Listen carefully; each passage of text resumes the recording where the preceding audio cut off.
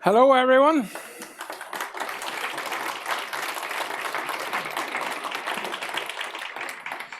I hope you're all well, and we're delighted to welcome our virtual attendees to the Empowering Talent Summit here this morning, I can assure you, in the beautiful setting of Killeavy Castle Estate. It's certainly great to have so many along. Some of our astute virtual observers will know we have over 500, I think close to 600 virtually, and we have about 100, fortunately, joining us here in the room. We certainly would like you to enjoy the event. And my name is Fergal McCormick, and I'm the Managing Director of PKF FPM Accountants. And in bringing an ambitious event like this, you need great people and great organisations to row in behind you. And thankfully, that's what we've had in the form of Newry, Mourne and Down District Council, and in particular Conor Mallon, Jonathan McGilly and Amanda Smith. Danske Bank has also been pivotal in making today's event happen and recognising the importance of the talent equation to local businesses. I want to extend a very special warm welcome to Una Murder from Danske, and actually I have to, she comes from Warren Point even though she claims to be a Glen woman, but once a Point person, always a Point person, and obviously her Danske guest here to Killeavy Castle. And today's event has been co-created by the Management and Leadership Network, and I'm proud to say that PKF FPM is one of a small group of MLN champion firms. And you'll see the champion brands on screen. They are leaders in their respective disciplines, and without their support, MLN doesn't exist, and these award-winning events simply don't happen. I'm honoured to be representing them as well on stage today. I'm also particularly delighted to welcome the Institute of Chartered Accountants, very senior delegation here, headed up by their president, coming from Dublin Airport Street, having spent a few weeks networking in America, and their chief executive, Barry Dempsey. You're very welcome. As event facilitator, my main role today is to put your questions to our speakers, and we want questions from both our virtual attendees and our in-room attendees. So for the virtual people, you can ask a question using the Q&A button to the right of your screen. And in order to do this, I remind you, you may need to exit the full screen mode. Beside the Q&A button, you'll also see a polls button. We would be most grateful if you would take 2 minutes before you depart the session this morning to give us your feedback. And as well as letting us know what you thought of the event, this is also where you can request a copy of the event pack, which will include speaker slides and show notes. Now, knowing that might have you save some scribbling you were planning to do. And I should again stress that the only way to request the slides is via the attendee poll. Always a good trade-off. So our in-room guests, they will also be requested, they can also participate, and they can also request a pack. Now, we don't expect any IT or connectivity issues. However, for the well-informed, they'll know that we had a very, very significant, our most largest IT issue in about 5 years here yesterday. So suffice to say that in the event of any widespread technical difficulties, we will give you, and only you, those who have pre-registered for the event, access to a time-limited full replay after the event. So we can assure you, whatever happens, we have agility in our planning. You won't miss out. We also want to tell the rest of the world about today's content by tweeting about the event. And the key hashtag is hashtag NMD Council or hashtag PKFFPM. Hashtag, hold on, let's get that right. The main hashtag for the event, I have to learn to look at my screen here to tell me what I should be saying. The main hashtag for the event is hashtag Empowering Talent. However, the relevant Twitter handles, if you'd like to tweet during the event, are at NMD Council, at PKFFPM, at MLN_NI, and at Danske Bank /UK. Okay, I think that's enough housekeeping for me. So to formally open today's summit, could you please give a warm welcome to the Deputy CEO of Newry, Mourne and Down District Council, Dorina Carville. Dorina.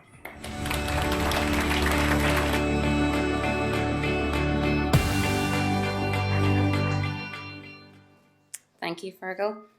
Good morning, everyone. As Deputy Chief Executive of Newry, Mourne and Down District Council, I am delighted to be here at Killeavy Castle Estate at today's Empowering Talent Summit in partnership with the Management and Leadership Network. A very warm welcome to those joining here in person and to those joining us virtually from both near and far.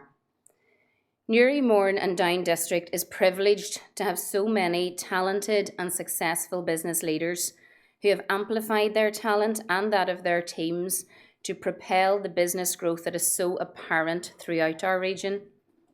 The talent displayed by our businesses, employers and employees has never been more evident than over the last 2 years, as the pandemic and the subsequent lockdowns presented challenge upon challenge. But of course, our people stepped up, emerged and powerfully presented their talents. Talents that they either already possessed, nurtured out of necessity, or developed in response to the ever-changing situation. And harnessing that talent is more important than ever in closing the skills gap and moving forward to strengthen our economy. In a world with rapid innovation, new technologies, non-traditional work methods, and a shift in demographics, the reshaping of our workforce is one of the key challenges for businesses, both locally and globally. Skills shortages and access to available talent mean that we will have to adapt. It is therefore necessary to empower the talent and the abilities that our people already possess in order to excel. So today's Timely Summit is an opportunity to gain an insight into how to identify, amplify and realise even more talent across our region, our businesses and our people. Our keynote speakers are all hugely inspirational in their respective industries, from global telecommunications to manufacturing, retail and professional services. Their accomplishments and confidence should be applauded and recognised for the support provided to others along the way and for encouraging talent empowerment.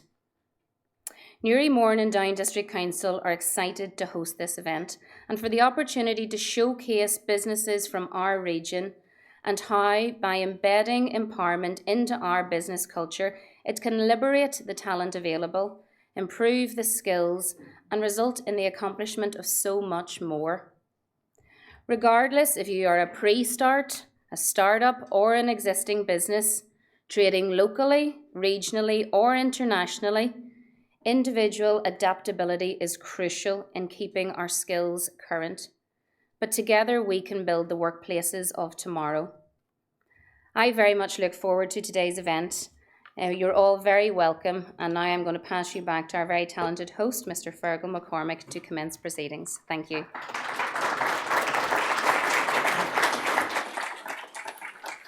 Thank you very much, Darina, and thanks again to the Council for their vision and support of this summit. Kevin Kelly challenged me to kick today's event off by sharing 3 hopefully transferable lessons from the PKF experience when it comes to empowering talent.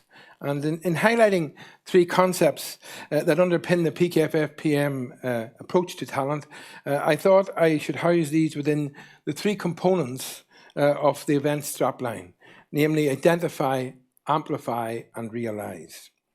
Now, in terms of identify, we're motivated by making a positive contribution and difference to society and empowering people to be the best they can be, within the context of working smarter to ensure future sustainability, always endeavouring to create a better normal and satisfying today's needs without endangering future generations.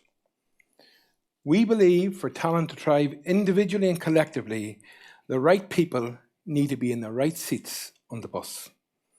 Furthermore, we believe that people fall into 2 categories, unfortunately. Those that give you energy and those that take it away. And certainly in my own experience, one of my certainly mistakes of many, but one certainly is that in my early days, I probably showed a little bit too much patience to people who maybe didn't share our culture and our energy. And I would say that maybe that had a demotivating effect on some other staff. So I can assure you that won't happen now.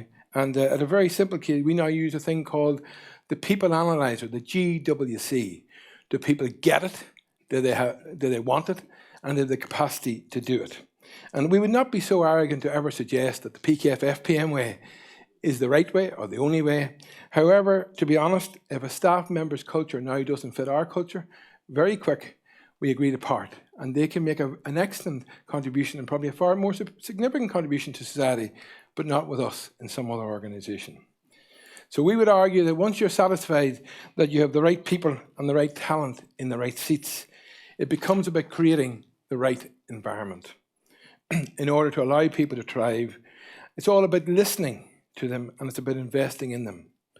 And these three things are underpinned by strong internal communications, people-friendly policies that create the right environment to retain quality staff. I'm maybe not a good example of it, but if you see me a year or two ago, I'm a lot better now than I was then. Healthy policies. We've now learned, a bit like the airplane, put your own mask on before you help somebody else. We're really encouraging staff to look after their own health first and to look after themselves first. And in that way, they can care and help for others. And about 4 or 5 years ago, we introduced a thing which has been fantastic. We never realised, a bit of luck, called an online weekly how's it going survey, staff survey. Every Friday evening, 5 o'clock, I get a report from a guy in Nottingham somewhere that gives me the results. It's fantastic. And by Wednesday, 12 noon the following week, everything raised by any member of staff, I can promise you, on that survey is addressed. Whether I think it's justified or not, it's addressed. And that's why we get over 80% participation week on week, because people know comments they make unanimously will be listened to. And obviously in staff engagement and encouragement and innovation, we have a thing on the agenda of every internal meeting, a thing called OFIs, Opportunities for Improvement. Moving on, in terms of Amplify, we would suggest that perhaps it's a good idea to try and to step into the shoes of your own talented people, to shadow them. Because millenniums and the newest Generation Z are young, vibrant experts of personal branding, and through social media, they demand a new approach from management, in our view, with an emphasis on work-life balance, social responsibility, and ethical policy regarding people, supply chains, and the environment. And it's all about collaboration now, as opposed to the hierarchical structures we perhaps had in business in the past. Now, this may be difficult for older managers to comprehend as they undertaking a different approach to perhaps what they were used to. But it's not an issue. New structures and business solutions are required. And in our observation of observing clients, we're seeing that all the time. In managing talent, PKF-FPM believes that it is vital to connect with people, create conversations, give people confidence, and empower people. There's a conscious attempt to adopt the old Indian saying, show me and I may not remember. Tell me and I may forget. But involve me and hopefully I will understand. We encourage our staff to embrace networking. Indeed, we offer, believe it or not, some people aren't that keen to take it up. We fund all their networking. Anytime you see a PKF-FPM person having coffee in Belfast or anywhere else, take it from me, we fund it. It's great. Someday we're going to take all the seats away in the office, by the way, but we fund all that. And that's because it encourages developing and opportunities to meet people. And again, life's all about people and relationships. So in our experience, networking is not about a big event. Rather, it's about a number of small things. It's about research, getting the detail right.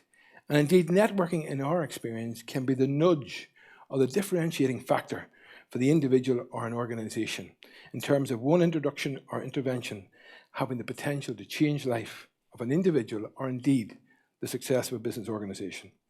And with the fast-changing pace of society today, effective networking may need to complement people skills with will need to complement people skills with technology. And therefore, networking in our perspective now is all about high tech and high touch. Indeed, I believe that staff, some people in this room have heard me say this before, we believe that staff are either your ambassadors or your assassins. Think about that. Forget about the brochures. If somebody goes out tonight and say you're the greatest bugger in the world, well then you have a problem. So therefore, we've never had a brochure in 30 years. Check it out. We've never had a brochure. Staff, yes, our team. We have 120 sales warriors. We don't have a sales manager, or our ambassadors, or our assassins. And finally, in terms of realize, business like life, in our view, is just a game of inches. In either games, life or business, the margin for error is so small. And thus a united team with a joined up common purpose and vision is required to deliver sustainable, superior performance and aggressive growth. Within PKF-FPM, we refer to what we call team, T-E-A-M, team PKF-FPM. And in very simple words, what that means is that working together, everybody achieves more. And we describe this as the power of one. We would argue that progressive organizations must seek improvement both as individuals and as a collective team in order to deliver the marginal gains, recognizing that 100 things done 1% better will deliver cumulative, sustainable competitive advantage. Collective character is vital to success. At PKF-FPM, we believe that focusing on getting the culture right, including diversity, ensures the results will follow. We seek to encourage and deliver leaders at all levels throughout the organization and the practice, recognizing that the being of team begins from inside. High standards must come from within. Leadership, in our experience, certainly works best when our team takes the lead. And therefore, to conclude, we believe collective character is vital to success, and thus to have high standards, it's all about the 3 Ps: purpose, people, and practice. And it must come from within. And if I haven't stressed it enough, I'll stress it in my final line. It's the culture in any organization that is the glue that joins everything together. So I think that's enough from me.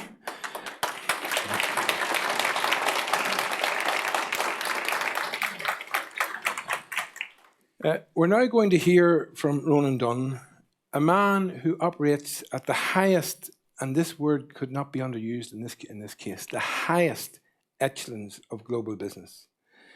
As Executive Vice President of Verizon, the world's largest telecommunications company, Ronan is helping to usher in a 5G revolution in the same way as he did with mobile networks when he was the CEO of O2.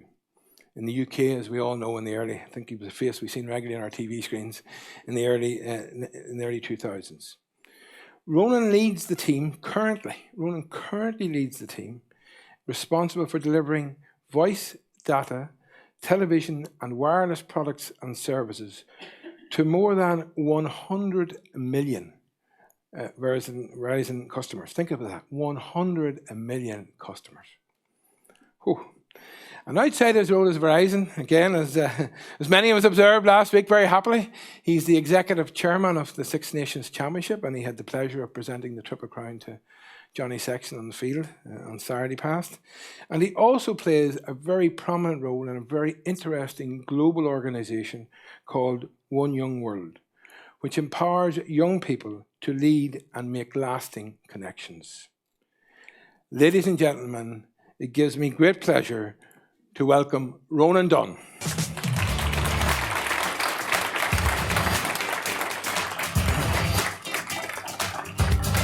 Thank you. Ronan, you're very welcome, and we're so proud I'm going to pull this chair a bit. If you have a stomach like mine, Ronan, I want to give you a bit of room to breathe. Sorry, that wasn't planned. But anyway,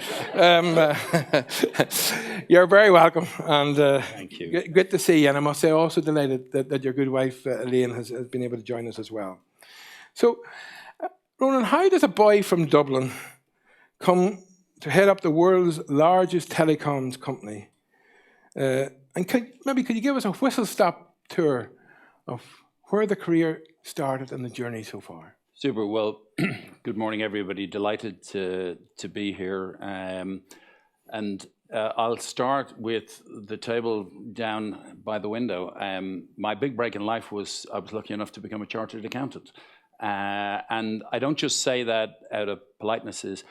but I passionately believe that for a kid who, and I still would describe myself as a 15-year-old curious kid, who just wanted to get involved in everything, the qualification was the best possible way to give me a ticket to access opportunity. And we're going to talk a lot about talent and opportunity. And in my particular case, the secret for matching talent to opportunity was my chartered accountancy qualification.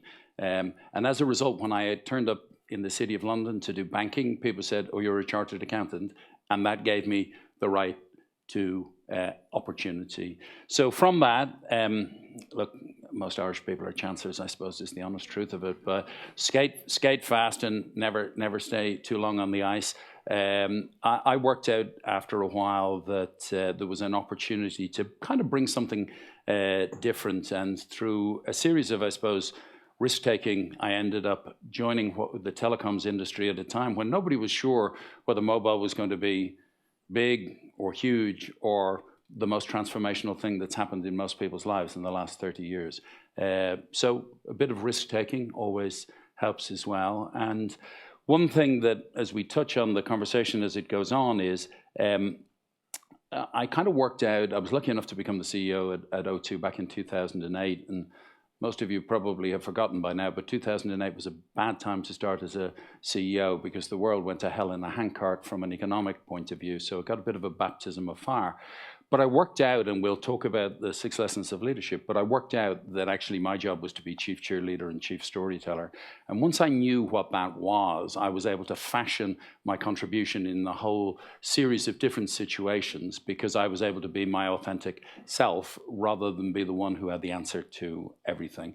And I think when we think about talent and opportunity and we think about discovering and awakening talent, that component of what's that single discrete element that you bring, which is not what everybody else has, but the secret ingredient that you bring that complements the capabilities of others, is what makes magic, like a Johnny Sexton. But guess what? There's only one person plays number 10. All the hard graft is done at 1 and 3, and that's the idea that everybody in the team makes an incredibly important contribution was a real insight for me and transformational in my career. Thanks for that. It's fair to say our paths crossed a long time ago, and what you referred to there, and even sitting as a little pleb as I would have been on a board, I can assure you his talent stood out. And today's event, Ronan, is really, it's all about talent, and maybe I'd like to explore your views on how talent relates perhaps to 4 segments, maybe future leaders, existing leaders, organizations and regions. And I mentioned your work with Young World, so perhaps why don't we start with the future leaders? Knowing what you know today, what advice would you give to a 15-year-old Ronan Dunn in terms of maximizing his talent, particularly in the context of achieving a fulfilling life? So look, I think I would offer a couple of observations. The first thing is that authenticity is an essential ingredient, not just because it allows you the opportunity to bring your best self, but it's frankly exhausting to be anything else. And in an environment where actually health and well-being is now a more and much better recognized reality that we cannot take for granted, I think the one thing I would say to any 15-year-old is take time to smell the roses and follow your dreams. Anything else is going to be a disappointment. When you're 90 and you're hopefully still breathing in the care home, nobody's going to ask you about a 1/4 point of EBITDA improvement in the second quarter of 1977. What they are going to ask you was, what mattered?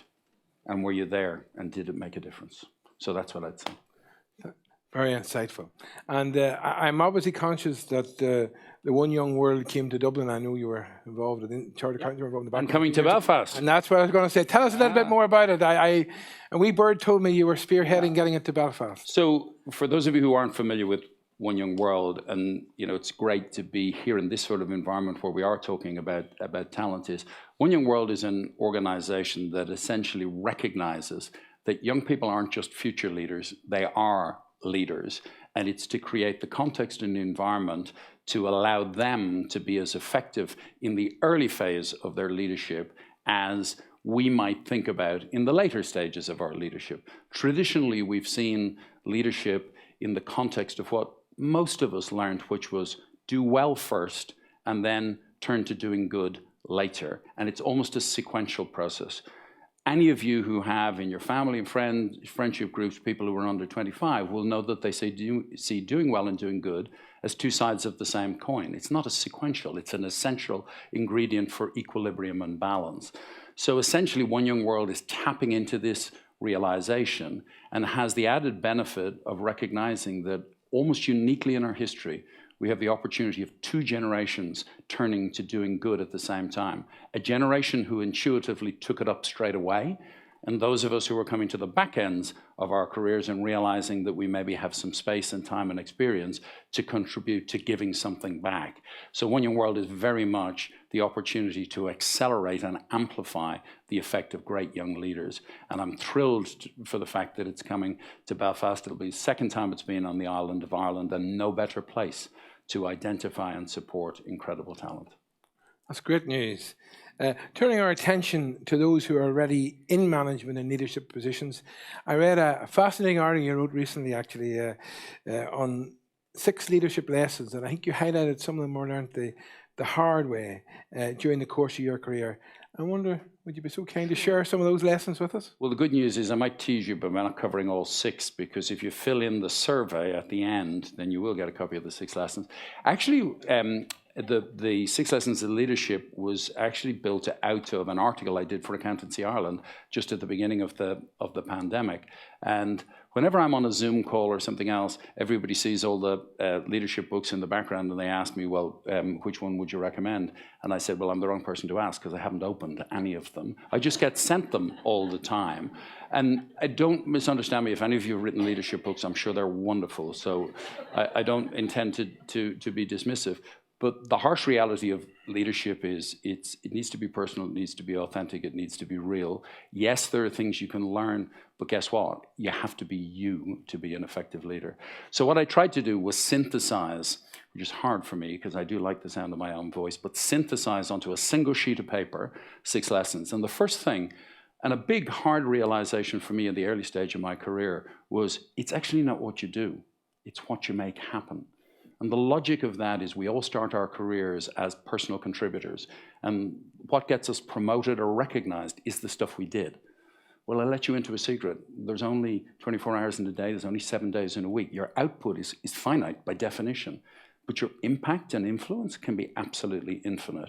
And so that change is a fundamental, critical shift for anybody to be an effective leader. The second thing is to be an effective leader, build an effective team, which logically flows from that. No, congratulations if you are the brightest person in the room in every meeting you're in.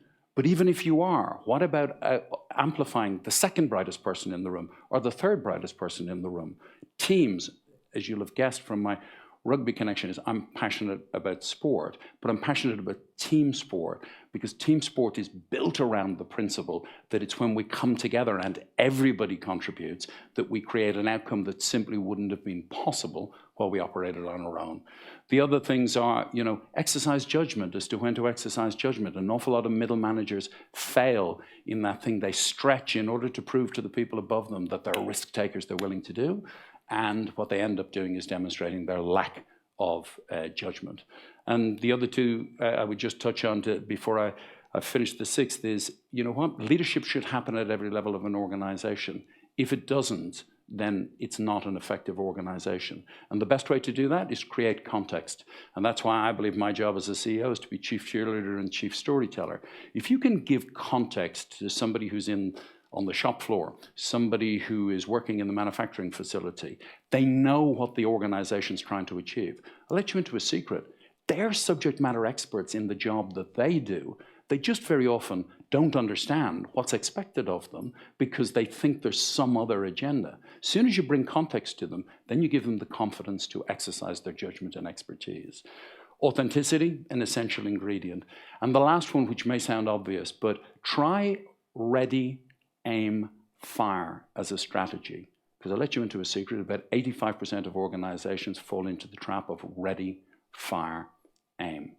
The need in an organization to respond to a situation invariably means that you start off on solving the problem before you've actually worked out truly what the problem is. And in my experience, a little time spent working out what the question really is means that in an awful lot of cases, the answer is an awful lot clearer than you might have anticipated. And the last thing I would say as a leader is, the most important lesson I learned was, you don't have to know the answer to everything. The reason you were promoted was not because you were the answer to things. It was because you were the person who would manage the inherent uncertainty associated with the fact that in business, not all questions have an answer. Sincere thanks, Ronan. Fascinating. And just to say again, Ronan has kindly documented those, and they will be in the pack at the end. Before we leave the current leader segment, I wanted to put the word curiosity to you, because is it fair to say that sometimes once people reach a certain level in an organization, they maybe forget about curiosity? Yeah, so I'm lucky enough, privileged enough to do quite a bit of informal coaching these days. You know, people come and say, you know, could I grab an hour, whatever. And the first thing I always start with is I ask people who they are. And you'd be amazed at how poor the answers are. So I won't name names, but I sat with a just retired professional rugby player yesterday in Dublin. The first question I asked him is, so who are you? I said, for probably the last 25 years, other people have defined you by reference to you're a professional rugby player, and therefore you've essentially absorbed other people's perception. And so he's now thinking about his next phase. So critically important, this idea of working out who you are. And it's not anything to do with your job title. And for me, and it's not that I didn't have to think about and work on this, but I know for certain exactly who I am. I'm a 15-year-old curious kid, and I have been for 40-something years. We'll work out the math later. But the point is that I know what it is that gets me up in the morning. I know what it is that energizes and makes me tick. But I also know that the day you stop being curious, you stop growing, you stop learning. And so for me, a fundamental thing that I look for is curiosity. If people have curiosity, then there's other things you can build around that. A lack of curiosity is absolutely fatal. Thanks, Ronan. So turning our attention perhaps to businesses and organizations, when it comes to talent, what do you think are the biggest challenges and the opportunities that the modern organizations face? So the first thing I would say to people, and it may sound like it's obvious, but we make this mistake every single day. The truth is, talent is widely and broadly distributed. It's only opportunity that isn't. And sometimes we fall into the trap of saying we don't have the talent. No, we haven't matched effectively the talent to the opportunity. So there are essential ingredients to a talent pipeline. Of course, there is good quality education, other things like that, and I'll touch on that in a second. But I think for most organizations, the challenge is, how do you become more effective at tapping the talent that's available? I'll give you a few tiny, simple examples that might be relevant, you know, in the region here, and that is, you know, do employers. I did some research when I was the CEO of O2, and it was a time when there was a digital skills explosion going on. We surveyed the top 100 companies in the UK, and they all said that they had a deficit of digital literacy and digital capability. And then we asked the follow-on question, so what recruitment processes do you have for under 25s, essentially looking for non-graduate type? 90-something of the 100 had no route of entry. At the same time, research on NEETs, not in employment, education and training, identified that the level of digital skills and literacy among that group, of which there was over 1 million at the time, was higher than the average level of digital literacy among the employed population. But guess what? None of the employers who said they were short of digital talent had any intention of recruiting school leavers. So there's a perfect example of the problem may not be that you don't have the talent, it's that your organization is not addressing the opportunities. Think about, you know, going blind on some of your recruiting. So at O2, we stopped asking for CVs. Why? Because a load of people self-excluded because they didn't think they had anything to write in the CV. Guess what? They could organize a group of 500 people on social media. That's marketing. So we took away those things. So I think that's a hugely important thing. I think on the education side, we have a challenge. We still have an analog education system, which is training and developing people for jobs that will not exist when they leave. We as employers have to do a better job, and actually I had a good conversation earlier about how we can do that. Sector skills councils is where in the past employers have a role to play in helping to reshape and redefine what the educational skill sets that can be brought into a highly digitized, highly global workforce. And the last thing I would say is that the marketplace for anybody who's coming out of school or college here today is genuinely global. I think language skills are still underrepresented. Guess what? Most of the growth in the markets may well be in non-English speaking places, and sometimes where there's less competition for those marketplaces. But I think digital literacy plus language skills and a recognition that the world is your oyster, I think can bring a different set of opportunities to people, and particularly post-pandemic, and you may never have to leave the beautiful countryside of Newry. And following on, Ronan, from that, I have to say it's a really enlightening comment on talent. I mean, just concluding with region.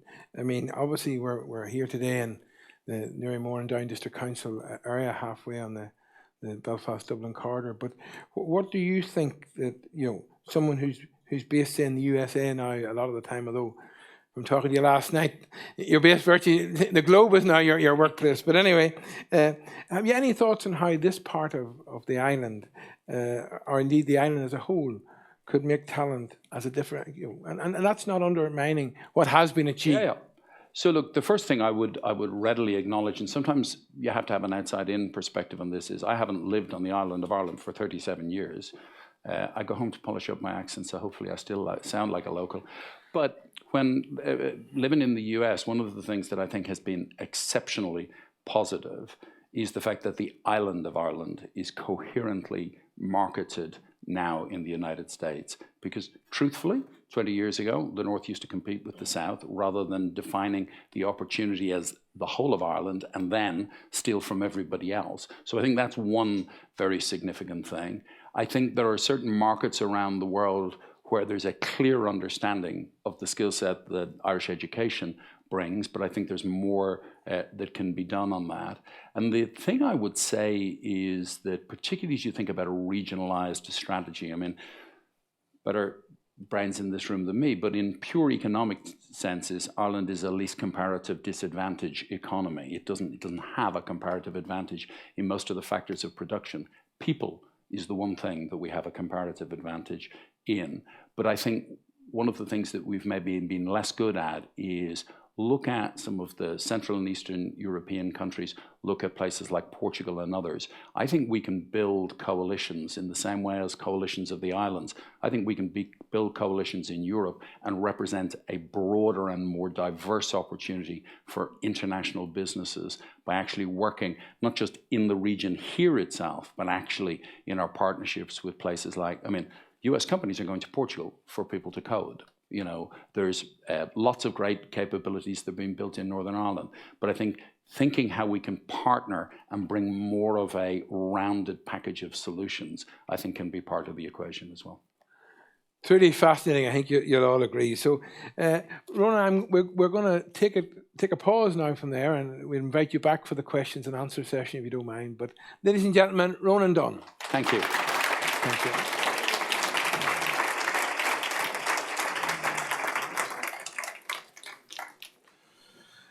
We're now going to hear the local perspective, and I should obviously, if I haven't implied there, our Q&A session at the end will have all our speakers involved.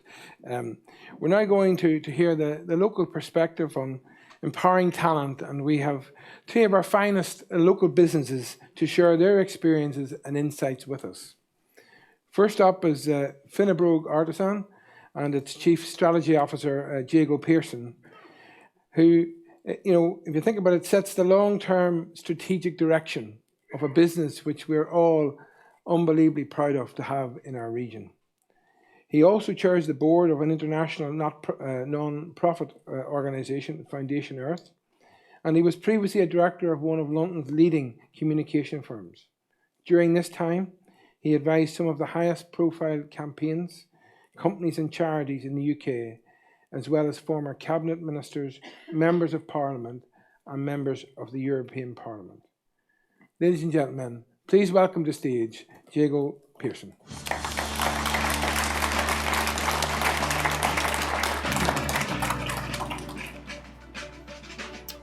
Good afternoon, everyone. Thank you, Fergal. Thank you to Connor and the team at Newry Mourne District Council for inviting me today. Thank you also to Kevin, who I think is responsible for putting today's running order together and has given me the quite hospital pass for having to follow Ronan.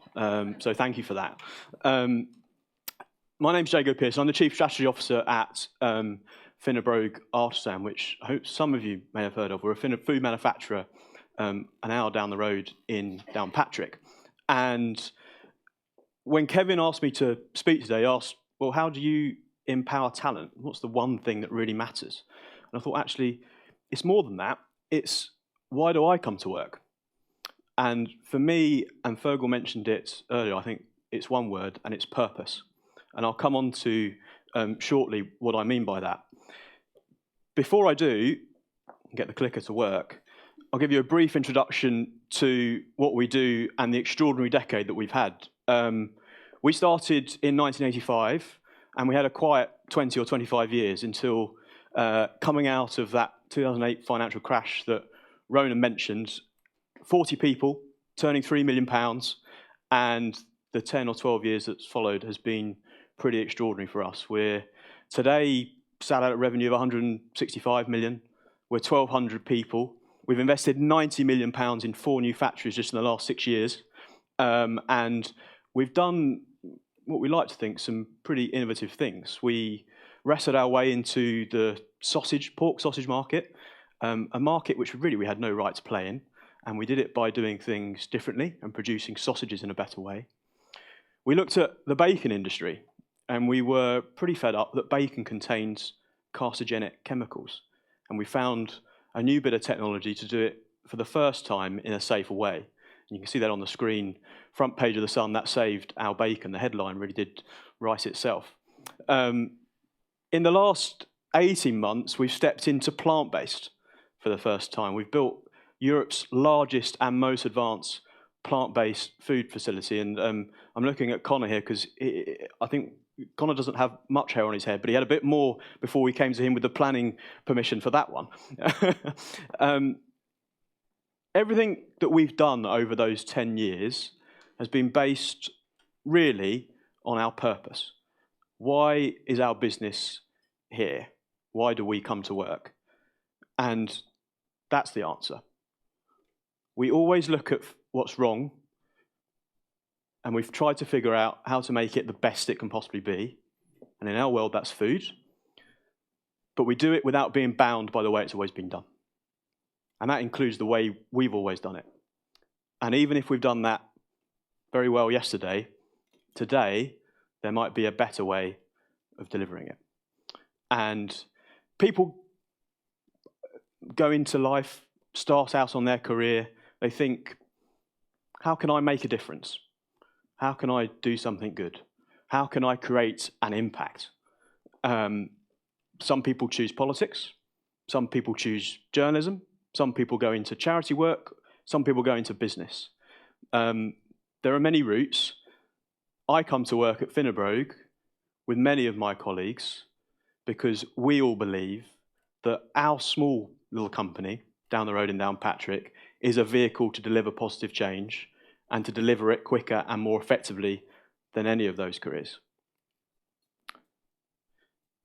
I want to tell 3 stories to encapsulate what that really means for our people. And I think for too long we hear talent is about trigonometry at school and Shakespearean literature and a double first from Cambridge. It's not. It's about passion and it's about purpose. And these 3 people on the screen have it in abundance. The first is Sean Kearney. Sean joined us 14 years ago, packing sausages, and today he is probably one of the most capable people around the world in delivering next-generation plant-based innovation. He's one of the key men who have developed our new Evolution Burger, which, if anyone here knows a little bit about plant-based food, is taking on Beyond Meat. Beyond Meat, worth £7 billion on the NASDAQ, packed full of hundreds of PhDs. Sean and a small team down the road has taken on the famous Beyond Burger, and on a blind taste test, our Evolution Burger now beats it, and it's 40% cheaper. And that's down to a man 14 years ago who was packing sausages on our production line. The second is Sarah. Sarah is now running what I think many regard to be one of the most innovative and successful new product development teams in the UK and Irish food industry. She joined us 10 years ago as a placement student, and she never left. And she's now running the department she joined as an intern. And thirdly, and finally, the man who created Finnebrogue, Dennis Lynn. He started selling pizzas and pies out the back of a white van in 1985. He did that having been excluded from school, no qualifications, and in having had a little bit of success and bought the Finnebrogue estate, really turned Finnebrogue into what it is today. The employment, the impact, the change that it's made, the more nutritious, sustainable, delicious food that it's been able to create. And very sadly, Dennis died in May last year. He leaves an incredible legacy, and he leaves us all with a purpose to use Finnebrogue as a vehicle for positive change. When it comes to people, we can talk about purpose and we can talk about what we want to achieve, but events matter too. And your response to the event, our response to the event, is vital.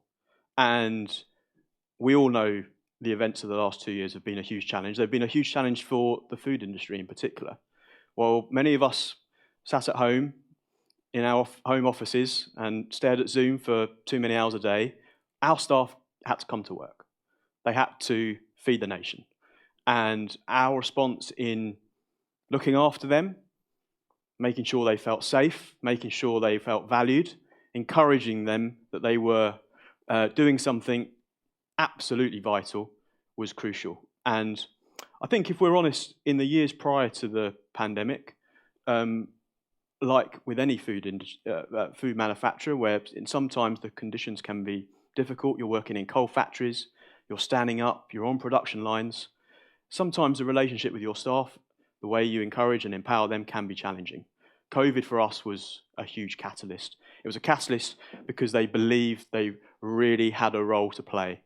And it really closed the gap between the people who lead our business, who always knew what this business was about and the purpose, and those young people, those temporary workers, those working mums who would come in and work for a few hours a day. They recognised, I think, for the first time that they were doing something absolutely vital, and it's galvanised them. As for the future, people are at the absolute heart of our ambition. And we're very lucky that our artisanal heritage, with an 800-acre estate, a farm, deer, 100% grass-fed Wagyu beef, the expertise and experience we've had for many years in producing delicious meat products, and now combining that following the amazing investment that we've put in, the amazing facilities that we've got, and the groundbreaking innovation and technology we're bringing to the market. But we can't do any of that without talent. And we have made a conscious decision to focus on unearthing and maximising young talent.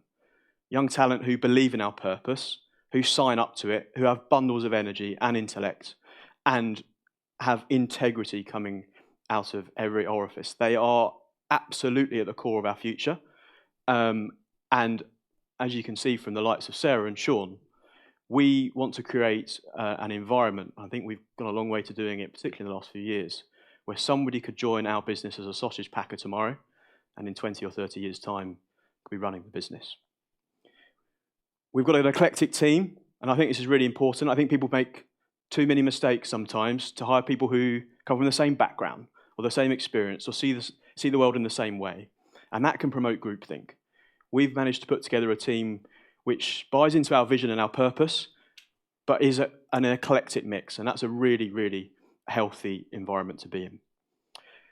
All of that goes to what we see as our role more broadly on this island and in Northern Ireland, and as you can probably tell by the accent, this isn't originally my home, but I am very passionate about what we can do as a business and as a sector and as an island to redress what unfortunately has been a common trend, a brain drain from Northern Ireland into GB and Northern Ireland, other parts of the world. Too many people, for me, go to study in England, in Wales, in Scotland, and never return. And on this island, not just Finnebrogue, but a mountain of businesses, particularly in the agri-food sector, we have an absolute gem, a world-beating sector that combines that artisanal heritage, that farming community, with some groundbreaking innovation and technology. And our plan for the future is all about how do we play our role in hiring local people, in upskilling them, in taking them onto the next level, on persuading those who study abroad to come home, and persuading people like me who have studied elsewhere and have grown up elsewhere to come here for the first time and make their career here on this island. To conclude, purpose really is what makes it tick.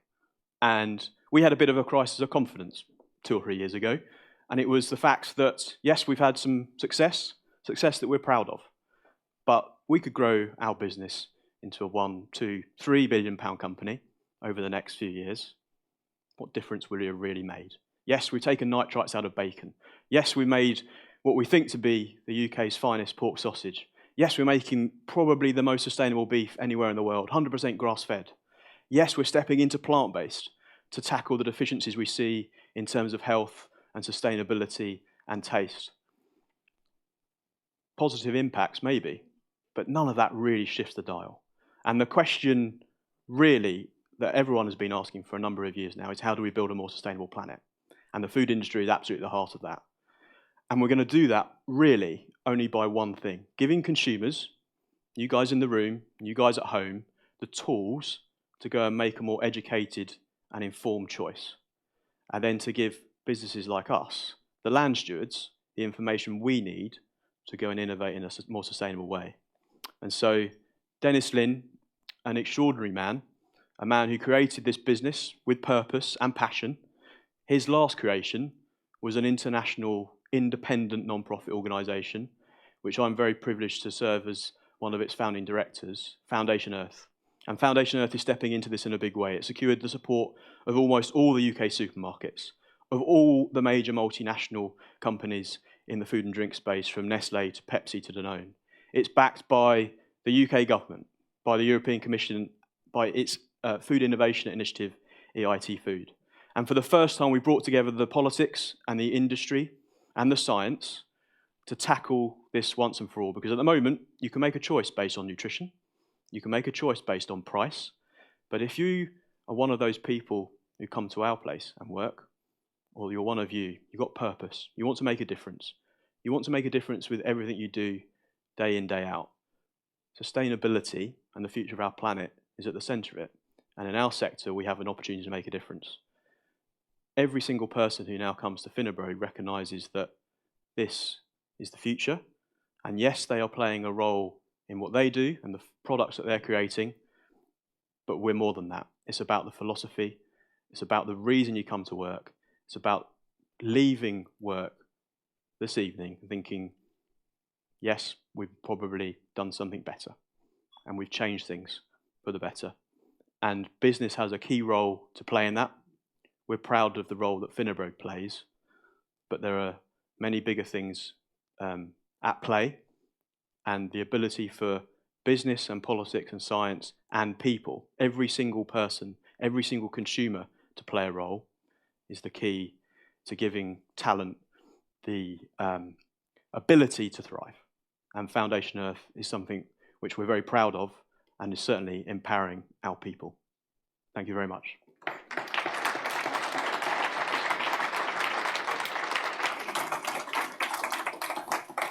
Thanks very much, Diego. I think you'll all agree, very insightful and inspirational. And again, Diego will join our panel later on. I perhaps didn't say after Ronan's talk, but again, to remind you, our people joining us virtually, that if you have any questions that you'd like to put to either Ronan or Diego, and indeed our other speakers later on, if you please use the Q&A button at the top right of your screen and continue, don't forget to continue to tweet. But we're getting quite a few questions already, so keep it going. Our next speaker was recently named Best Businesswoman at the Greater Newry Area Business Awards. Having commenced her career as a social worker, she joined the family business and is now an innovative leader in her industry. She has been at the forefront of Jack Murphy Jewellers' recent extension and refurbishment, which resulted with the award Store Design of the Year. And those of us who are fortunate to now and again visit the shop, hopefully our own pockets are still surviving, we can see it's no surprise that it's won all the top awards at the UK Jewellery Awards. So Gemma Murphy is very welcome. On Sunday, again, many of us locally will know, her family business celebrated 50 years in the same premises. Her father, actually, Jack, who we all know, believe it or not, is in the jewellery business 65 years. But the shop in Newry celebrated 50 years on Sunday. Gemma Murphy, you're very welcome.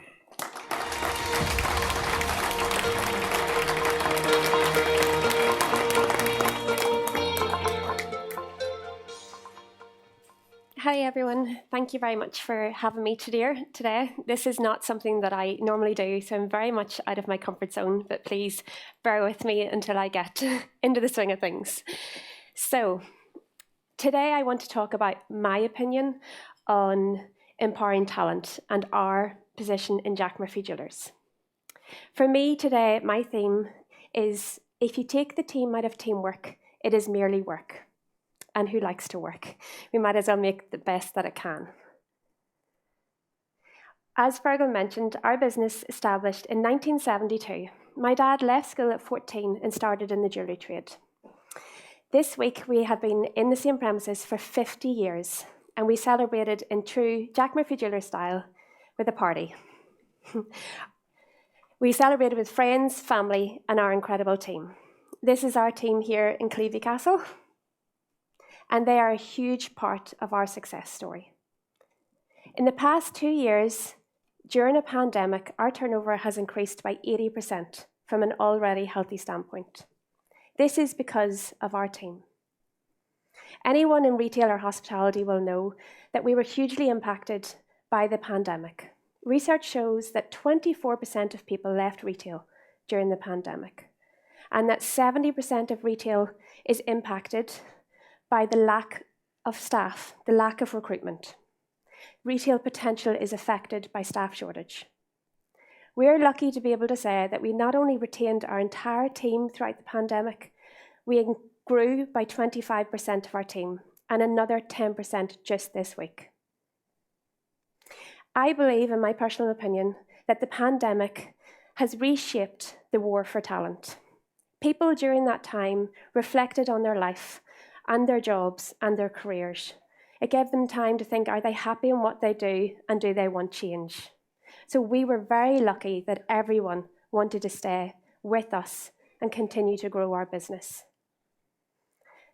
I believe that people have moved away from money to purpose. As it's been mentioned many times today, purpose is key.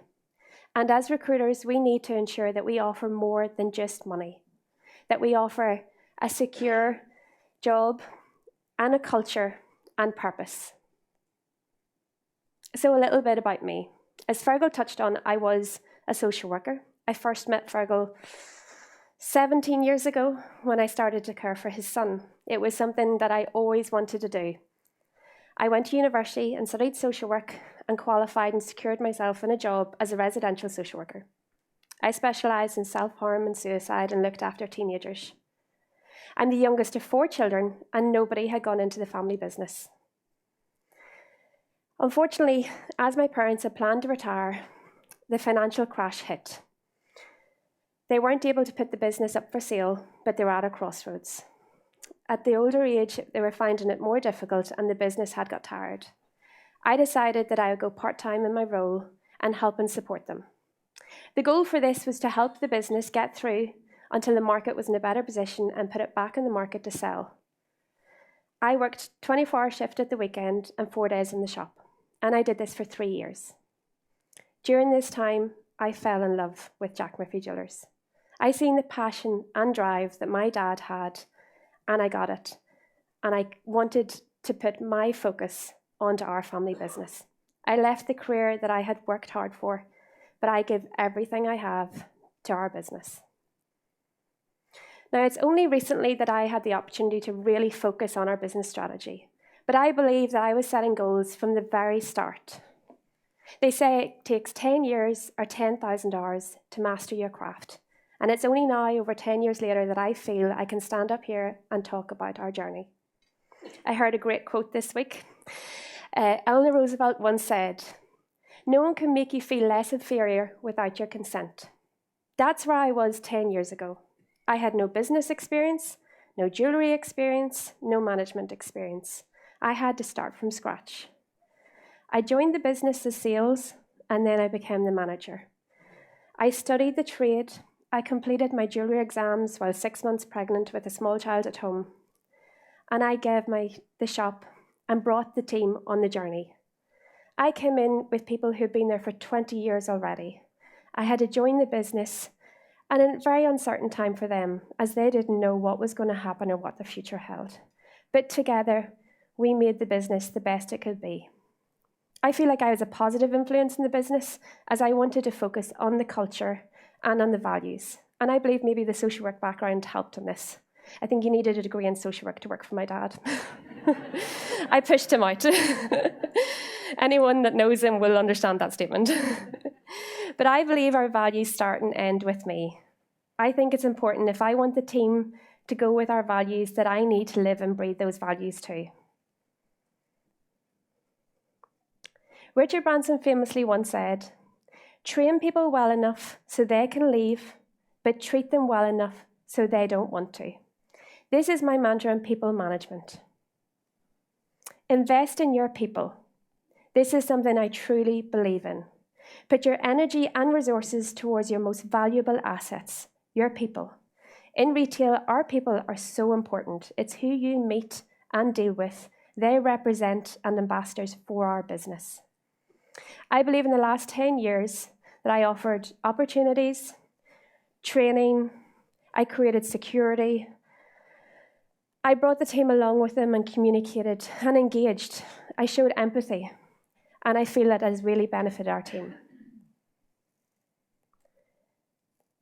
As it's been mentioned today, for a long time, intelligence has been the focus.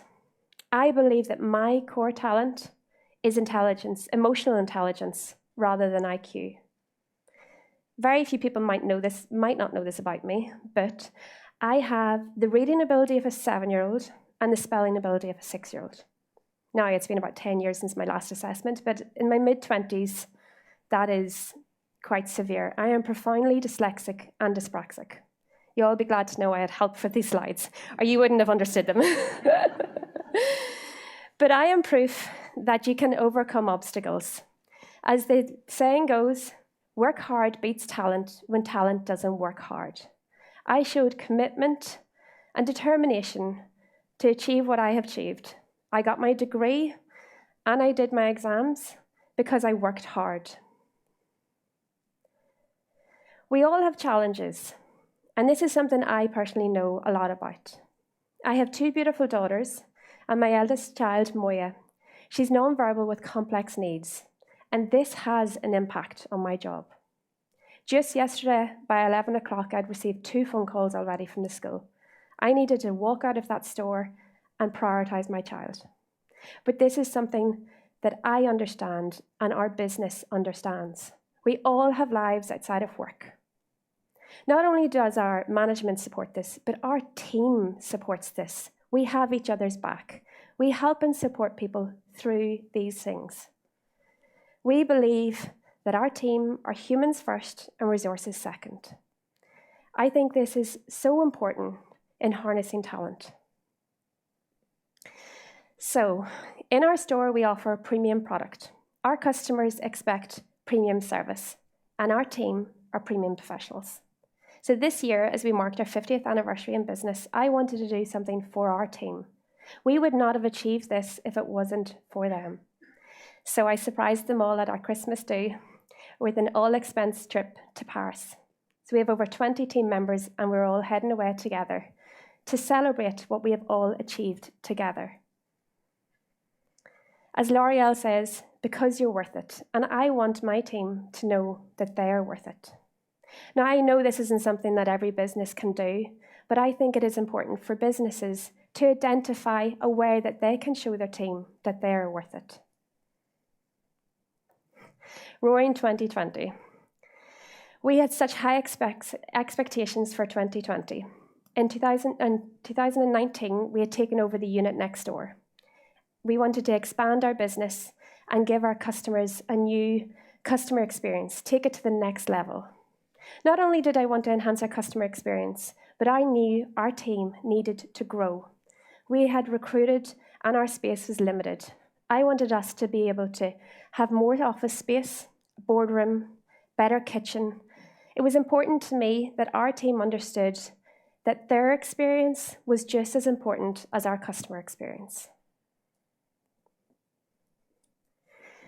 So, as the paint was still wet, we had to close. The pandemic hit on the 23rd of March. It was then that we realized all we had was our people. It was time to survive or thrive. Adversity does not build character, it reveals it. We had incredible people. They were respected and they were loyal, and they gave us the support when we needed it the most.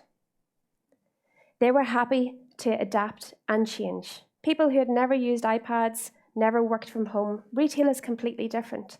They were ready and willing to do whatever it took.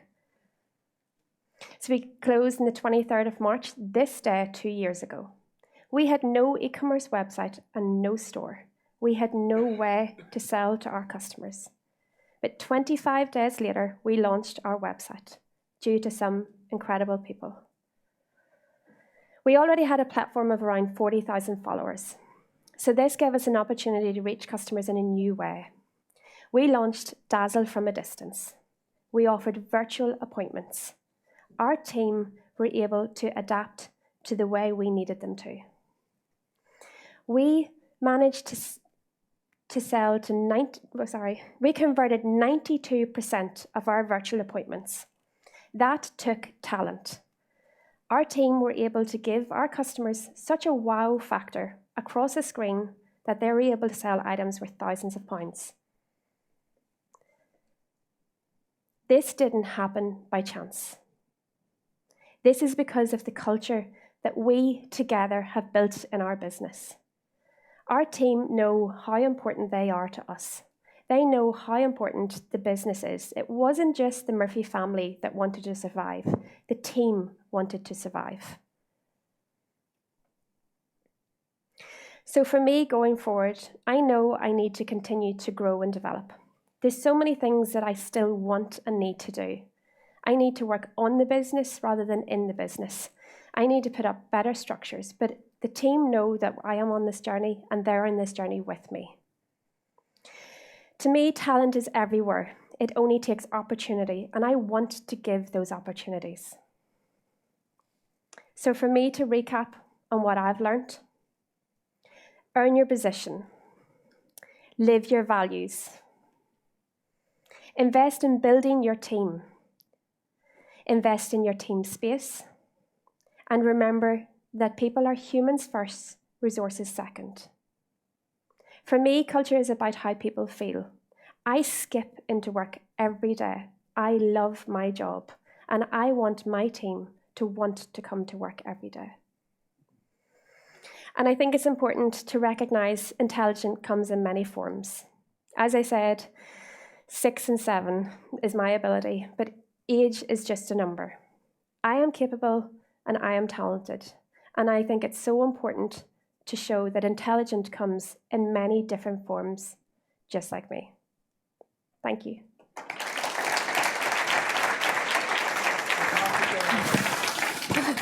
Glad that's over.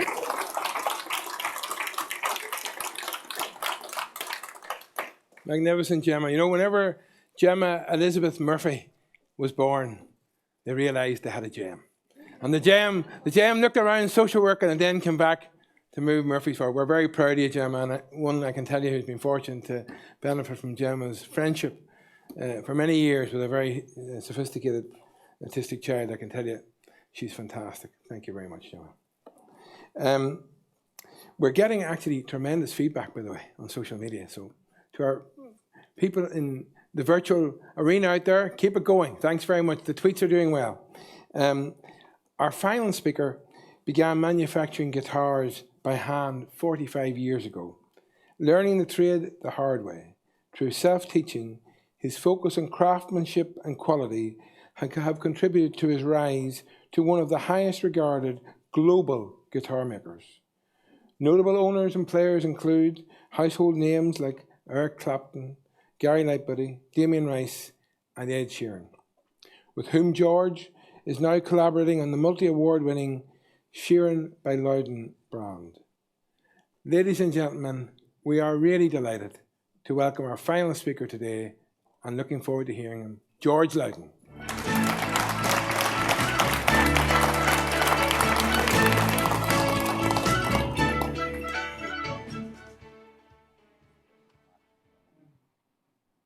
I might break the habit of a lifetime today and even follow the script. My father's funeral, he died when he was 93, a fantastic man. I'm very honoured to be his son. And when I gave the eulogy at his funeral, I had prepared some notes, and I need glasses these days to read the notes. And when I got up to give the eulogy, I couldn't find the notes and I couldn't find my glasses. So I had to just apologise and ad-lib for 10 minutes, but it wasn't difficult with my dad. So today, first of all, thank you so much for inviting me. I don't want to talk about myself too much. I would rather talk about what we've been talking about, because particularly listening to Fergal there at the beginning, honestly, Fergal, you would think that I had sent you my script or you had sent me yours. Some of the words that you were talking about in terms of culture and many others are what I want to talk about, because in the last 48 years, I've had to learn a lot. First of all, I had to learn how to make guitars, which was almost the easy bit. But once I had done that, learning how to transition that into a successful business has been very difficult, I would say, but also very rewarding. We now sell to 26 countries throughout the world. We have a staff of about 90, I would say, right now, when we can get them. We need more staff, and it's been quite difficult to recruit in recent years. But I'm very glad to be able to stand here and say that throughout those 48 years, I've had the pleasure of working with wood. I've had the pleasure of working with musicians. Ireland is known for its musicians and its poets and its writers. And maybe, after I've gone, maybe it'll be known for several different guitar companies, not just mine. Up until now, everybody who wants to buy a guitar, usually thinks in terms of American companies. And when I was starting, that was the case. I remember going past Matchett's music store, aged 17, and being a great fan of Eric Clapton, and looking at this guitar in the window and lusting after it, but not being able to afford it. And it was a Gibson 335. For anybody who knows about guitars, they'll know what that is. And I couldn't afford it. And when I was 16, my wife bought me an old 335. So I have it now, and only problem is I'm a very bad player. So there you go.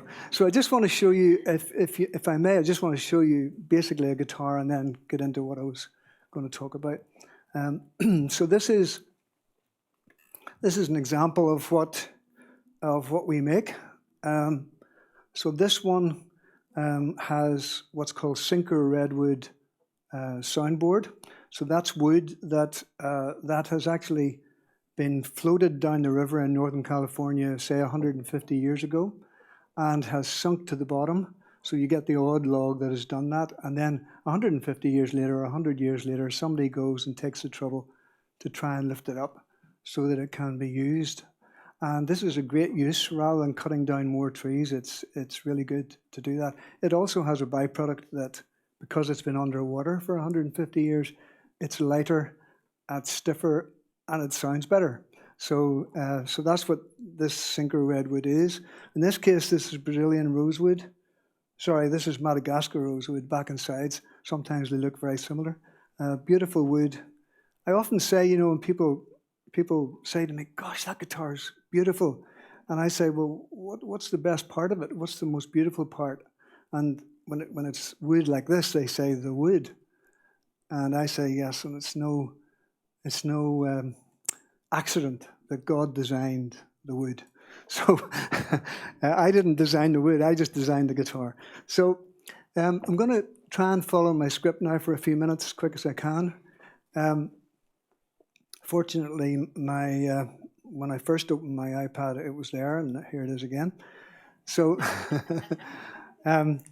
you know, the one thing I've learned more than anything else over the years is that business is about people. That may seem obvious, but you know, you can have strategies, you know, you can have really great products, and you can have all of those things. But if you don't have people, you just don't have a business.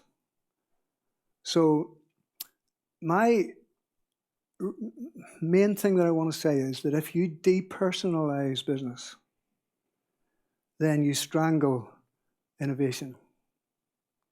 So what I'm about is trying to find ways to keep the business personal. You all know there's an HR firm here in the sponsors, and HR stands for human resource, as you know. I much prefer the old word, personnel. So, and the reason is that I fell into the trap of, I'm going back probably 30 years, I fell into the trap of being so focused on the purpose of the business that I did forget that the people who were helping me as part of the team were actually people. So I had to stop thinking of them as, let's say, a neck-jointing resource, let's say, or a soundbox making resource. He can do 15 a week or whatever it was. I had to stop thinking like that and start thinking of them as real people with real issues, learning in different ways, having completely different approaches to the work. And somehow or other, as a small business it was back then, I had to find a way to stand with them shoulder to shoulder and find a way to really inspire them. And I would say that also find a way to stop the business from being a them and us. So you have the management here and you have the craftsmen here. Bono of U2 coined the words of a song when he said, "Know them, only us." And I had to think about that for a minute. Know them, only us. And I try very hard nowadays to bring that into my whole way of going. And I find that it helps people. And of course, these days we're forced into we've got protocols for this, we've got health and safety rules for that, and we have all kinds of demands being made of us as business owners, business leaders. And all of those things, while most of them are necessary, they tend collectively to push us into a them and us. Those who enforce the rules, those who explain the rules, those who make sure that they are good rules. And it really does push us, unless we're very intentional about it, pushes us into a them and us situation. So just to digress for a second, years ago, because I started off making guitars not knowing anything about it, I didn't know anything about tools, I didn't know anything about woodwork, I just had this idea. Those were the hippie days. It's long enough ago. You know, I don't think anybody here is old enough to remember the hippie days, but in the hippie days, you know, if you had an idea, if you had a dream, you know, the whole ethos was, look, just step out of the boat, have a go. And I'd like to see some more of that today, if possible. So I did step out of the boat, but didn't know anything at all. So I learned everything the hard way. 7 years in, my guitars were selling in Paris, they were selling in London, selling in Geneva, and so began my international business. And I didn't intentionally do any of that. I only focused on one thing as far as, not the people, but as far as what we were doing was concerned. I focused on the guitars themselves. I focused on the quality, number one. And I was sort of obsessive about that, I would say. It probably made me hard to live with some of my employees, but that was what I was all about. And I suppose because of that, I became an accidental entrepreneur. People have said to me, "You're an entrepreneur," and I'd say, "What? I'm not an entrepreneur." But then I realized actually I am, but it was an accident because I focused so much on the guitars and what we were doing, and focused on building teams who really had a passion for excellence as well. And I think that if we can really be very intentional to resist the push to formalize everything, to protocolize, if that's a word, everything, to create forms that have to be signed for this and that and the other. All before we know it, we're serving this huge bureaucratic machine. And maybe we've forgotten that actually what this is a team of people. And I think my experience is that if you stand shoulder to shoulder with them, get to know what they're doing, understand what their issues are, that they really like that. They respond to that. The one thing they universally hate is if there is a them and an us. So that's really all I have to say. I'll be glad to answer any questions later on. George, you take a seat. Take a seat. Okay. Thanks, George. And I think also a very enlightening and engaging story, a real inspiration to family businesses that you have the founder and the entrepreneur. And it's now a household name in the music industry around the world. So thank you very much, George. Maybe if I could ask Roland and Gemma and Diego to join us here on stage. And with this being a hybrid summit, I'm keen to take questions from both our in-room and our virtual audience. So within the room, we'll go old school. If you just raise your hand in the room, we'll get the microphone to you. And I'm going to ask Kevin Kelly to help me. I forgot my screen for the virtual questions, but there's that many. But I'm going to start off with one here actually from a guy I know very well, Malachi McLaren. He hails from Tyrone. Somebody said, "Come on, Tyrone, you're on your own," but I would never suggest that. But he says, using the rugby analogy, how would you manage a Johnny Sexton and a Dan Carter on the one team and get the best out of them for the ultimate success of the team? Maybe me to start. Yeah. Well, I think if I may segue into that, but what you heard from each of the three was different definitions around purpose. And one of the things when I was lucky enough first to be a CEO, I said earlier I described my job as chief cheerleader and chief storyteller, but the bit I missed out was that my job was to make each person the success they deserve to be. And I would take the Dan Carter, Johnny Sexton challenge, and for those of you who know your rugby will know that England won the 2003 World Cup by playing 2 10s. They played Mike Catt and Johnny Wilkinson. They both played 10. So what they did was they did that intentionally to discombobulate their opposition, particularly in the semi-finals, because everybody knew Johnny's number, so they thought. So what they did is they played 2 10s. So in that particular example, it's about you need to match talent to the situation. And I think for organizations, going back to something I said earlier, is I love the comments around culture. My definition of culture is what happens when people aren't looking. And I think what we've got to do is realize that every situation requires of us to modify our response so that we allow the talent to succeed. And there's an old-fashioned model of hierarchy in organization, which is this idea of human capital. But actually the reality is it's social capital, and the definition difference between the two is social capital organizes around the situation and opportunity, and the best positioned people to contribute are afforded the opportunity to lead. It's not a hierarchical thing. So in some cases Johnny might lead, and in some cases somebody else might, but I'll stick with Johnny. Very good. I'm going to come to the audience now in a second, so please don't be shy. You raise your hand, we'll get a mic to you there. So please don't be afraid to raise the hands. Joachim Guth has said, and maybe this is one for a few of the panel actually, business is people. In the digital world, how can we build relationships with business partners without meeting you in person? Jacob, do you want to take that one to start us off? Without meeting in person, it's very difficult. I think the last 2 years we've realised that you don't have to be in the office 5 days a week to add value.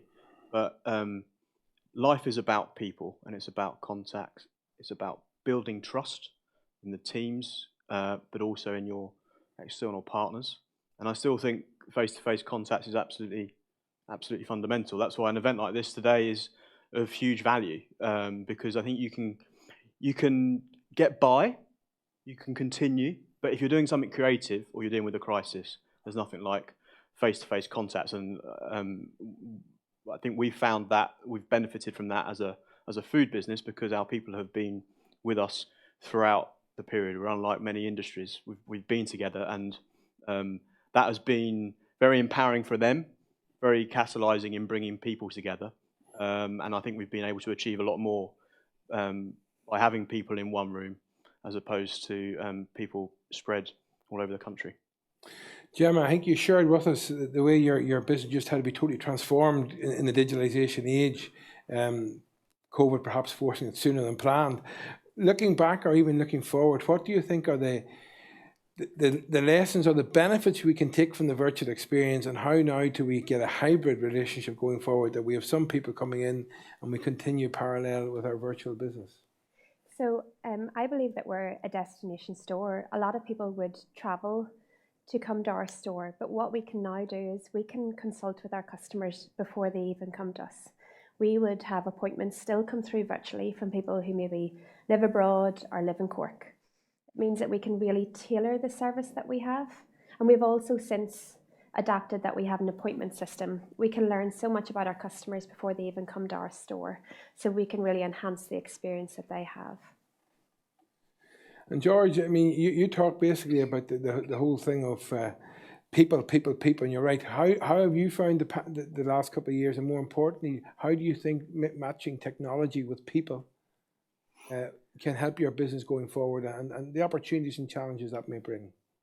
So we didn't get our timing very good in pure business terms, you know, because we moved factory.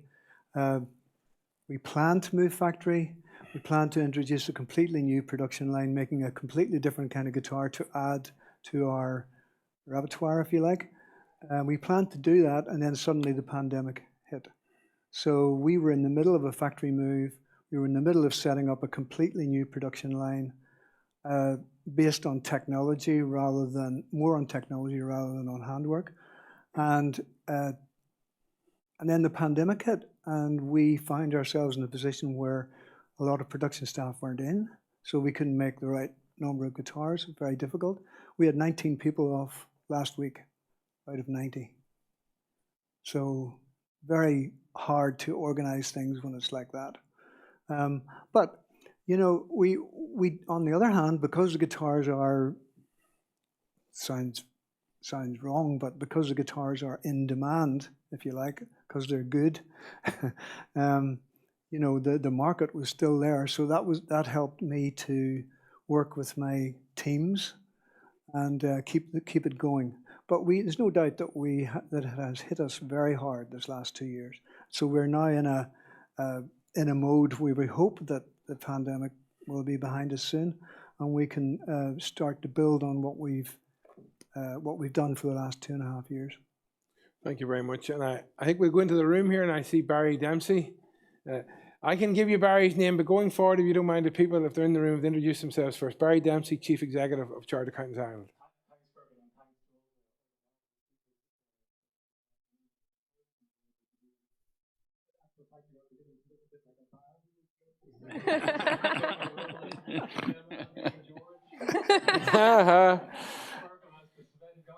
See, Barry decided even not to go to the hairdresser today, George. He was going to play the guitar too.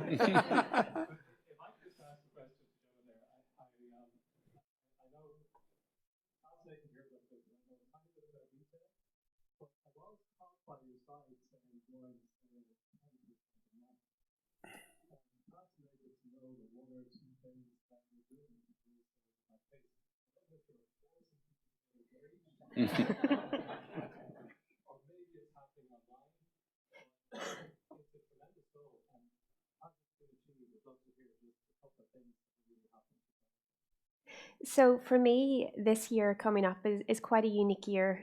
Due to the pandemic, a lot of weddings were postponed. So we are going into the year of the highest number of record of weddings, and that's our audience. Bridal industry is core to us. It's what we specialize in. It's 70% of our business. So we want to grasp that and run.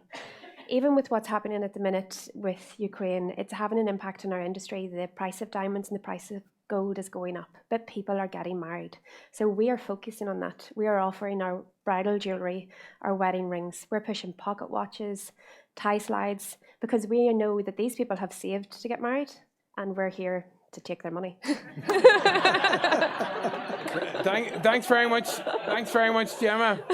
And I must say, for those who didn't hear the question, I'm just to convince our virtual attendees that I'm listening. I think they didn't hear the mic too well in the question. So the question was, how do you grow sales by 10% per month? So are we any more questions here in the audience?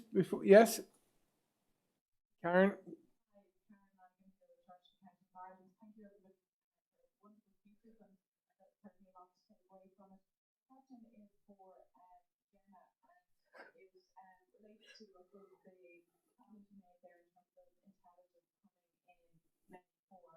You can, I suppose, also then say, look, talent comes in many forms as well. And, you know, I suppose with a diversity and inclusion hat on, my question is, like, what can businesses do to kind of tap into that talent within the whole area of, I suppose, talent with neurodiversity, I suppose lens, shall we say, because we know that there is talent and intelligence in there, but I suppose sometimes organisations are afraid to potentially, I suppose, grasp that and look at the potential there. So any advice you might have for businesses in that regard would be fantastic.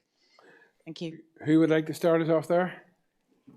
I believe that I would think outside the box with most ways. I don't know if it's maybe just the way I work, but often in work, the team would always say that I always look at things from a completely different angle. And I think it's so important to just step back and see what opportunities are out there. Look at the bigger picture. I always like to look at other industries and see what they're doing. I'm not interested in what the jewellers down the street is doing. I want to know what the leading beauty industry is doing in Australia.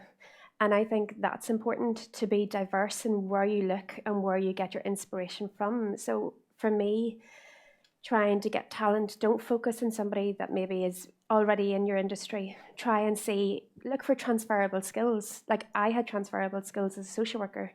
One of our recruitments recently was an interior design, and she had that ability to build that relationship with customers, attention to detail. So I think just step back and think outside the box and look at things from another angle.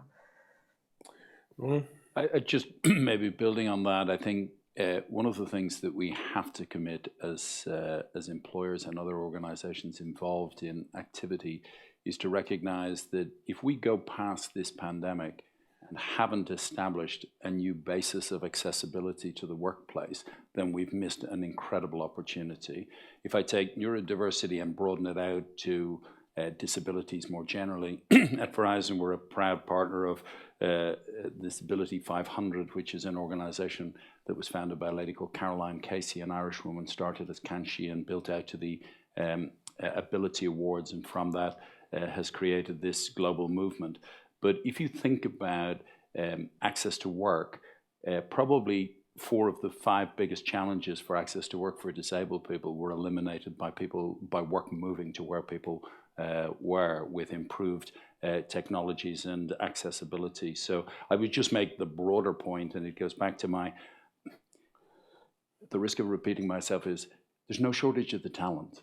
The truth is we're just not very good at mapping the talent to the opportunities that are there. And it's mostly organizations that fail the talent rather than the lack of talent. But that's not the perception in a lot of organizations. So I think we just have to, it behooves us all to move that agenda forward. And if we don't, neurodiversity, particularly in creative industries, is a massive opportunity. If you have the capability to support people with neurodiversity needs, then you're going to bring this breadth of thinking and innovation. And without naming names, there's some of the most amazing organizations that have created products and services in the last 20 years where neurodiversity has been one of the hallmarks of those very senior leaders in an awful lot of West Coast US companies. So I think there's a huge opportunity there, but we have to change our mindset to make sure that we actively and proactively go out and harness. Joe, could I bring you in, but I'm going to bring you in linking another question, if you don't mind, to it. Victoria Morrow asks, how do you inspire and motivate your staff to ensure they're working towards the same goals as one company? So I can bring that in with diversity, if you don't mind.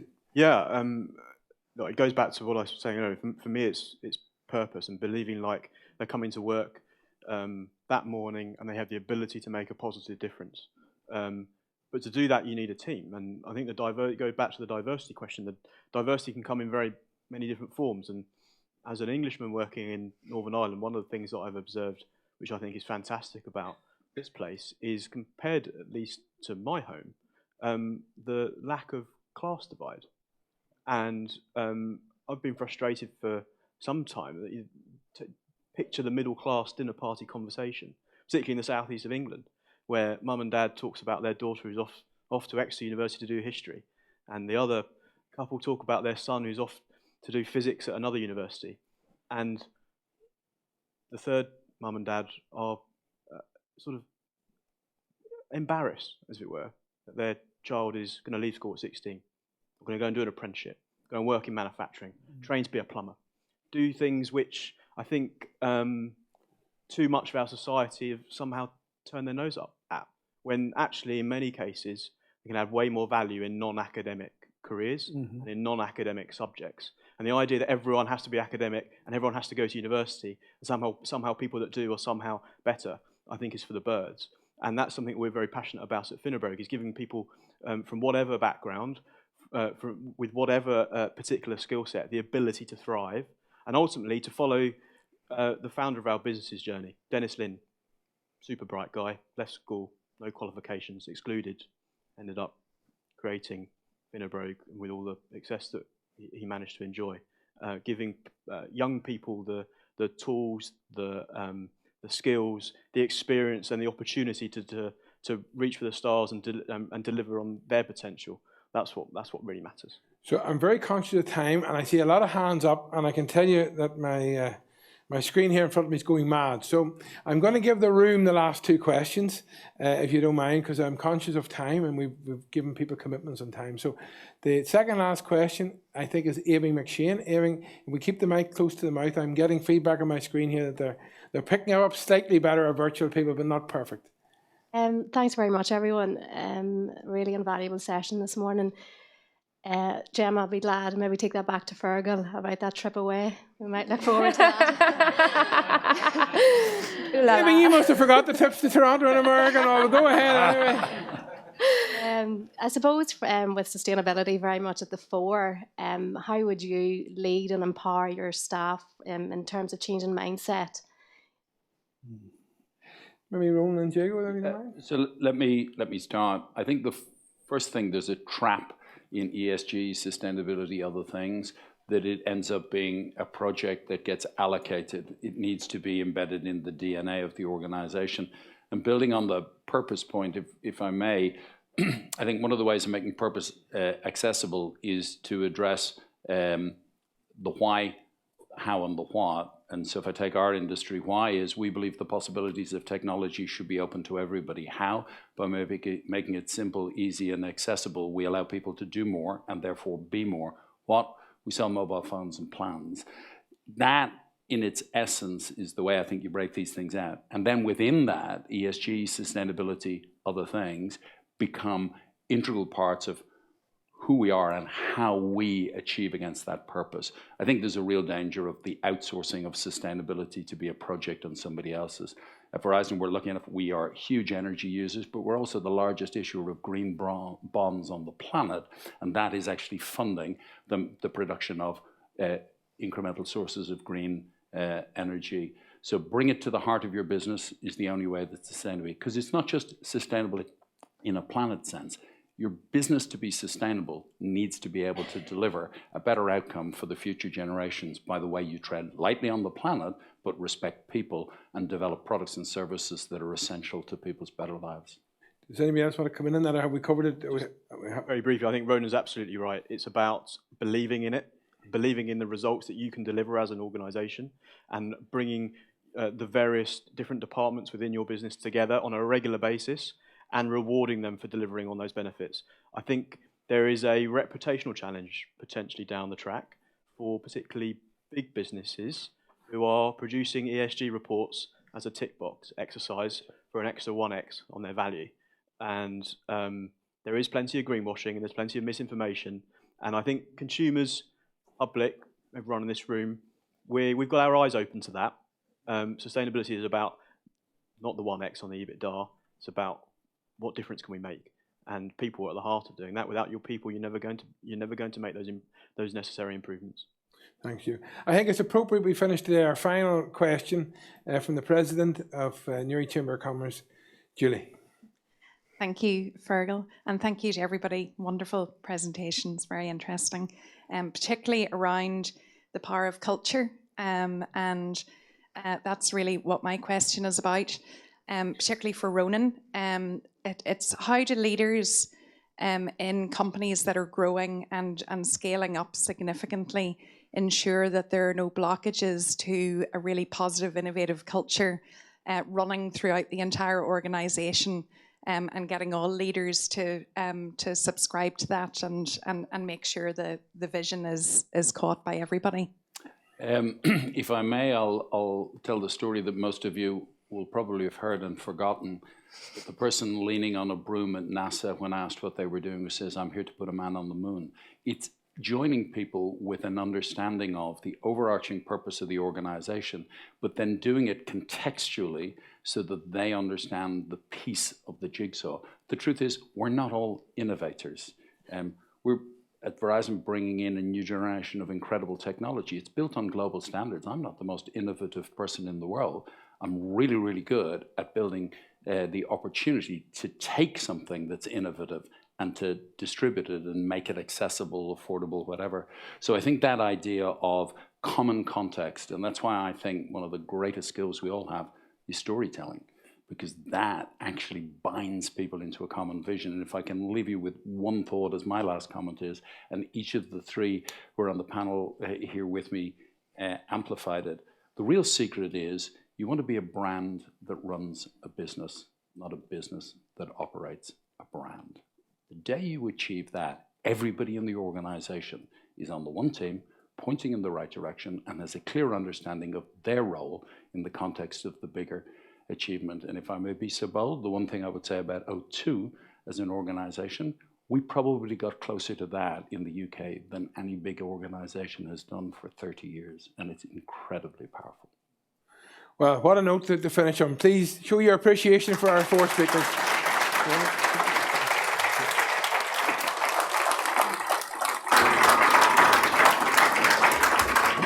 Now we have small gifts for all our speakers. However, we thought to acknowledge the fact that Ronan travelled from New York to be with us today, that we had to acknowledge that especially. So, Ronan, if you don't mind, we'd like to present you with a bas-relief caricature which has been carved out by Dublin artist Brendan Pearce. And believe it or not, he's so up to date. He has got, on one of the headings, Ronan Dunn presents Triple Crown 2022 to the Ireland captain. He's also acknowledged Verizon. He's acknowledged that you started off in Blackrock College. Blackrock College, You're an Arsenal fan. Arsenal fan.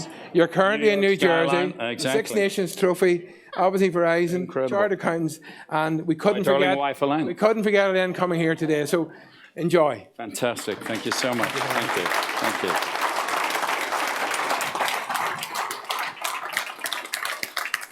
So just some final housekeeping to ensure that we all get every ounce of value out of today's summit.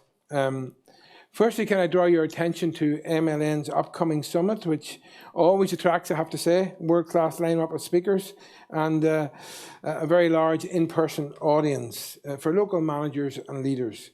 This year's summit will take place, I should know the day, as yours truly was born on Friday the 13th of May. So that's what I brought that unfortunate to the world, Kevin. But anyway, Friday the 13th of May at the Titanic Centre in Belfast. And the speakers already confirmed include household names you'll recognise: Brendan McGurgan, Alice Thompson, Mark Dowds, and indeed somebody that Ronan will know quite well. He's not shy, Nigel Owens, MBE, groundbreaking rugby referee and renowned. I've heard him speak, actually, a fantastic speaker, renowned speaker. So basically, to get more information, to reserve your place, etc., if you go to www.mln.org.uk. Now, we really do want your feedback from today's event. Hybrid, not easy to do, so we're keen to learn lessons if there are any to be learnt. And to our virtual audience, please take 2 minutes to complete our event evaluation poll. Just exit full screen and click on the polls button. This really does help us shape future events. If you want to receive the event pack with speaker slides and show notes, please tick the appropriate box within the evaluation poll. And this, as I've said earlier on, this is the only way you can get access to the speeches. For our in-room guests, we'd be most grateful if you could tell us what you thought of the event. And to do this, you need to get your phone out, believe it or not, earn your lunch, and you can either take a photograph or QR scan of the barcode on the screen. And if that doesn't work, believe it or not, you can just go to your slido.com and enter the 4-digit PIN on screen, and the form will take you 1 minute, we promise, to complete. But it really does mean a lot to us to get that feedback. I hope you all agree that today's event has provided insight, inspiration, and an impetus to act when it comes to empowering talent. I want to congratulate MLN, the Management Leadership Network, and if he doesn't mind me embarrassing him, especially Kevin Kelly. His organisation and coordination, as always, has simply been par excellence.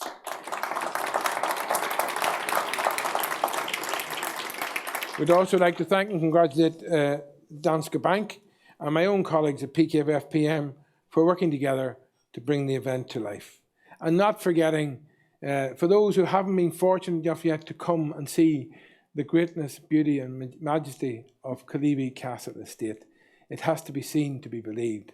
And I can tell you on a day like this, with the peacocks looking in the window, you know you're in Ireland, a lovely setting. So please thank you to the manager, obviously Jason Foodie, and all his staff. The other pivotal partner for this project has been Newry Mourne and Down District Council, an exceptionally forward-looking organisation. And my final duty is to invite Conor Mallon, who's the Director of Enterprise Regeneration and Tourism at the Council, to come up to the stage and formally close today's summit. Go safe, and thank you all very much. Conor Mallon. Thanks very much, Fergal. I'm closing this event today on behalf of Newry Mourne and Down District Council. I want to thank all our fantastic speakers who have captured the essence of empowering talent and have provided fantastic insights into effective leadership and harnessing talent, the talent that's around us. I'm sure we can all take away some of what we've heard today and apply both in our personal and in our business settings. It has been great to see so many attendees here in person at Killeavy Castle today and the large number who have joined online. Thank you for taking your time out of your busy schedules to join us today. I would like to thank Danske Bank and PKF-PM for their support for the event today. Also the team at Management and Leadership Network for their coordination and input into the organisation of today's event. I would like to thank our excellent speakers, Ronan, Fergal, Gemma, George and Jago, for your insightful and inspiring contributions that have made this such a successful event. I want to thank our host, Killeavy Castle, for providing our venue this morning. And finally, to those online, enjoy the rest of your day. And for those here in person, have a safe journey home. Thank you.